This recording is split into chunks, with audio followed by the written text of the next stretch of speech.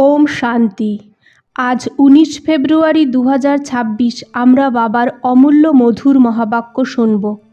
ওম শান্তি। মিষ্টি বাচ্চারা, এখন খাস ভারতে আর অন্যান্য জায়গায় বৃহস্পতির দশা বসেছে। বাবা বাচ্চাদের দ্বারা ভারতকে সুখধাম বানাচ্ছে। আজকের প্রশ্ন, ১৬ কলা সম্পূর্ণ হওয়ার জন্যে তোমরা বাচ্চারা কোন পুরুষার্থ করো? উত্তর, যোগবল জমা করার। যোগবল দ্বারা তোমরা ১৬ কলা সম্পূর্ণ হচ্ছ। এই জন্য বাবা বলে, দে দান তো ছুটে গ্রহণ। কাম বিকার তো নিচে নামিয়ে দেয়, এর দান দিয়ে দাও তো তোমরা ১৬ কলা সম্পূর্ণ হয়ে যাবে। দেহ অভিমানকে ছেড়ে দেহি অভিমানী হও, শরীরের ভান ছেড়ে দাও। ওম শান্তি। মিষ্টি মিষ্টি রুহানি বাচ্চারা রুহানি বাবার মহিমা শুনেছে। এখানে তোমরা প্র্যাকটিক্যাল বাবার বর্ষা নিচ্ছ। তোমরা জানো বাবা আমাদের দ্বারাই ভারতকে সুখধাম বানাচ্ছে। যাদের দ্বারা বানাচ্ছে অবশ্যই তারাই সুখধামের মালিক হবে। বাচ্চাদের তো অনেক খুশি হওয়া উচিত। বাবার মহিমা অপরম্পার হয়, ওনার থেকে আমরা বর্ষা পাচ্ছি। এখন তোমরা বাচ্চাদের উপর, এমনকি সারা দুনিয়ার ওপর বৃহস্পতির অবিনাশী দশা আছে। এখন তোমরা ব্রাহ্মণরা জানো খাস ভারতে আর সারা দুনিয়ায় বৃহস্পতির দশা বসবে, কারণ তোমরা এখন ১৬ কলা সম্পূর্ণ হচ্ছ। এই সময় তো কোনো কলা নেই। বাচ্চাদের অনেক খুশি থাকা উচিত। এমন নয় যে এখানে খুশি আছো, বাইরে গেলে হারিয়ে যায়। যার মহিমা গাওয়া হয় সে এখন তোমাদের কাছে হাজির আছে। বাবা বোঝায় ৫,০০০ বছর আগেও তোমাদের রাজাই ছিল। এখন তোমরা দেখবে আস্তে আস্তে সব আসতে থাকবে। তোমাদেরও স্লোগান বেরোতে থাকবে। যেমন ইন্দিরা গান্ধী বলতো, এক ধর্ম, এক ভাষা, এক রাজত্ব হোক। আত্মা জানে ভারতে এক রাজধানী ছিল, যেটা এখন সামনে দাঁড়িয়ে আছে। বোঝে যে হঠাৎ সব কিছু শেষ হয়ে যাবে। এটা কোনো নতুন কথা নয়। ভারতকে আবার ১৬ কলা সম্পূর্ণ অবশ্যই হতে হবে। তোমরা জানো আমরা এই যোগ বলের দ্বারা ১৬ কলা সম্পূর্ণ হচ্ছি। বলে যে দে দান তো ছুটে গ্রহণ। বাবাও বলে যে বিকারের অবগুণের দান দাও। এটা রাবণ রাজ্য। বাবা এসে এর থেকে ছাড়ায়। এর মধ্যেও কাম বিকার সব থেকে বড় অবগুণ। তোমরা দেহ অভিমানী হয়ে আছো, এখন দেহি অভিমানী হতে হবে। শরীরের ভানও ছাড়তে হবে। এই কথাকে তোমরা বাচ্চারাই বোঝো, দুনিয়া জানে না। ভারত ১৬ কলা সম্পূর্ণ ছিল, সম্পূর্ণ দেবতাদের রাজ্য ছিল। এখন গ্রহণ লেগে আছে। এই লক্ষ্মীনারায়ণের রাজধানী ছিল, তাই না? ভারত স্বর্গ ছিল। এখন বিকারের গ্রহণ লেগে রয়েছে। এই জন্য বাবা বলে, দে দান তো ছুটে গ্রহণ। এই কামবিকারই ফেলে দেয়। এর জন্য বাবা বলে, এর দান দিয়ে দাও। ১৬ কলা সম্পূর্ণ হয়ে যাবে। দেবে তো হবে, দেবে না তো হবে না। আত্মারা নিজেদের নিজেদের পার্ট পেয়েছে, তাই না? এটাও তোমাদের বুদ্ধিতে আছে। তোমাদের আত্মায় কত পার্ট আছে। তোমরা বিশ্বের রাজ্যভাগ্য নাও। এটা বেহাদের ড্রামা। অনেক অ্যাক্টার্স আছে। এর মধ্যে ফার্স্ট ক্লাস অ্যাক্টর হলো লক্ষ্মীনারায়ণ। এদের নাম্বার 1 পার্ট আছে। বিষ্ণু সো ব্রহ্মা সরস্বতী, তারপর ব্রহ্মা সরস্বতী সো বিষ্ণু হয়ে যায়। এই ৮৪ জন্ম কিভাবে নেয়? সারা চক্র বুদ্ধিতে এসে যায়। শাস্ত্র পড়ে থোড়ি কিছু বোঝা যায়। ওরা তো কল্পের আয়ু ১,০০,০০০ বছর বলে দেয়। তাহলে তো স্বস্তিকা বানানোও যাবে না। ব্যবসায়ীরা খাতা লেখে তো তার উপর স্বস্তিকা এঁকে দেয়। গণেশের পুজো করে।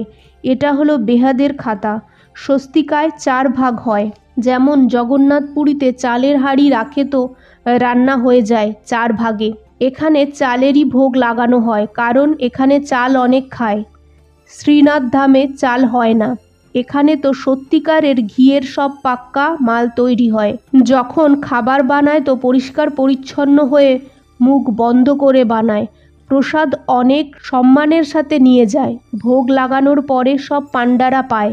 দোকানে রাখে, ওখানে অনেক ভিড় হয়। ব্রহ্মা বাবা এটা দেখেছে। এখন তোমাদের কে পড়াচ্ছে? মোস্ট বিলাভেড বাবা এসে তোমাদের সার্ভেন্ট হয়েছে, তোমাদের সেবা করছে। এই নেশা হয়? আমরা আত্মাদের বাবা পড়ায়। আত্মাই সব কিছু করে, তাই না? মানুষরা বলে দেয় আত্মা নির্লেপ। তোমরা জানো আত্মার তো 84 জন্মের অবিনাশী পাঠ ভরা আছে। একে নির্লেপ বলা যায় না। দিন রাত্রের পার্থক্য হয়ে যায়। যখন কেউ ভালোভাবে 1.5-2 মাস বুঝবে তখন পয়েন্ট বুদ্ধিতে বসবে। দিন প্রতিদিন পয়েন্ট অনেক পেয়ে যাবে। এটা হলো কস্তুরী। বাচ্চাদের যখন পুরো নিশ্চয় বসবে তাহলে বুঝবে অবশ্যই পরমপিতা পরমাত্মাই এসে দুর্গতি থেকে সদ্গতি করে।